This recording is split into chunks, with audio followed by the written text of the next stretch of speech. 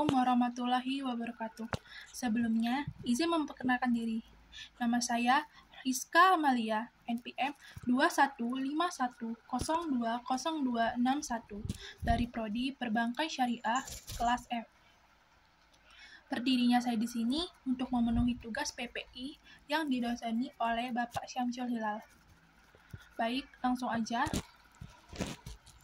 Assalamualaikum warahmatullahi wabarakatuh.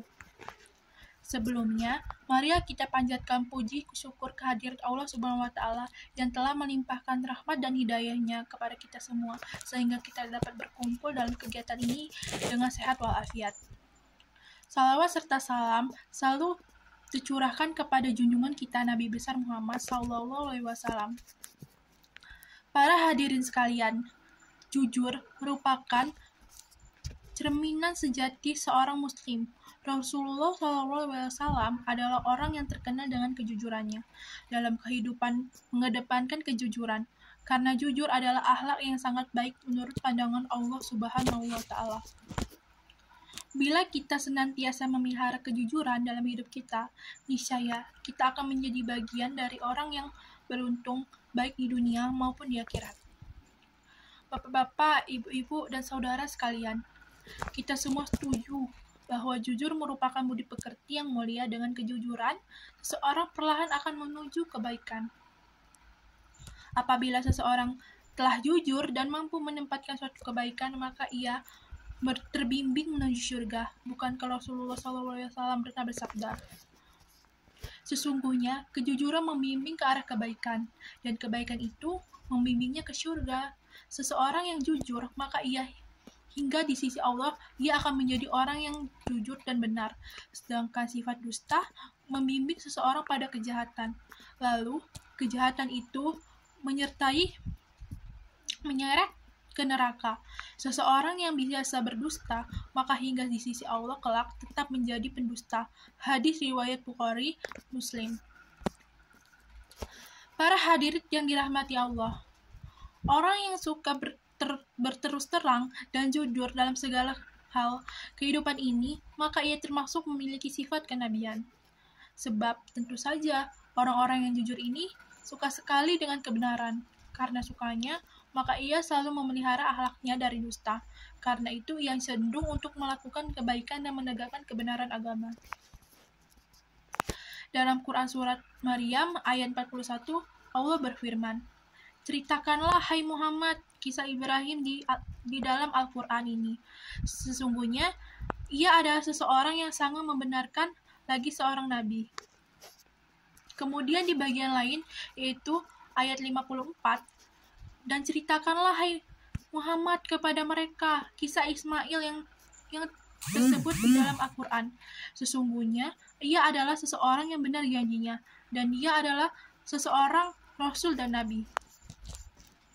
Para bapak ibu, saudara sekalian, kejujuran itu dekat dengan kebenaran. Kebenaran adalah sesuatu yang disenangi Allah. Jika Allah senang, maka pasti Dia akan mengasihi dan hambanya yang jujur, maka kelak di hari kiamat akan disediakan tempat yang menyenangkan, yaitu surga.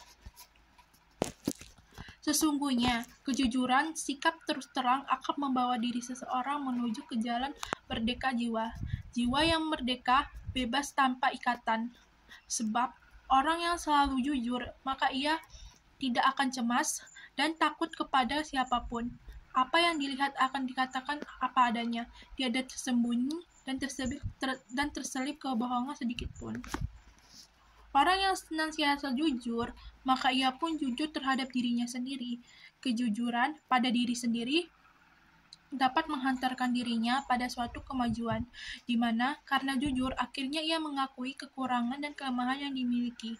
Jika seseorang menyadari kekurangannya dan kelemahannya, maka ia tidak mempunyai sifat sombong. Dengan demikian, tentu akan terus belajar dan berusaha meningkatkan diri dari perbaikan kelemahan yang dimiliki.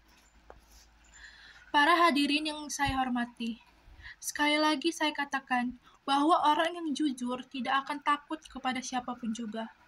Jika ia harus menghadapi bahaya dari perkataan yang jujur, maka ia tidak akan khawatir Bahkan, ia tak segan-segan mengatakan apa adanya, tetapi terhadap diri dan hatinya sendiri, ia sangat takut. Ketakutan itu ia jangan-jangan ia memungkiri suara hatinya sendiri, di mana suara hati mengemukakan kebenaran. Oleh karena itu, sebagai seorang muslim, hendaknya kita senantiasa bersikap jujur, di mana, kapan saja, dalam pergaulan sehari-hari, kejujuran perlu diterapkan. Jika ada salah kata atau kesalahan datangnya dari saya, kesempurnaan hanya milik Allah. Saya akhiri, wassalamualaikum warahmatullahi wabarakatuh.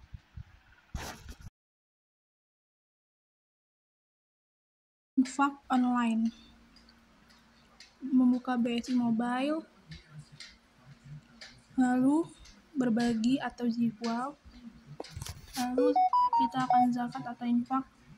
Sekarang saya akan memilih infak atas tingginya.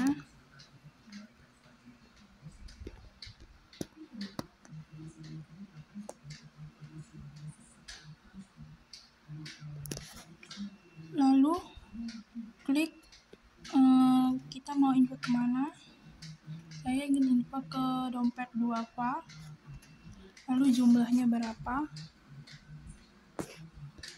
selanjutnya, dan PIN ATM-nya. Maaf, tadi salah.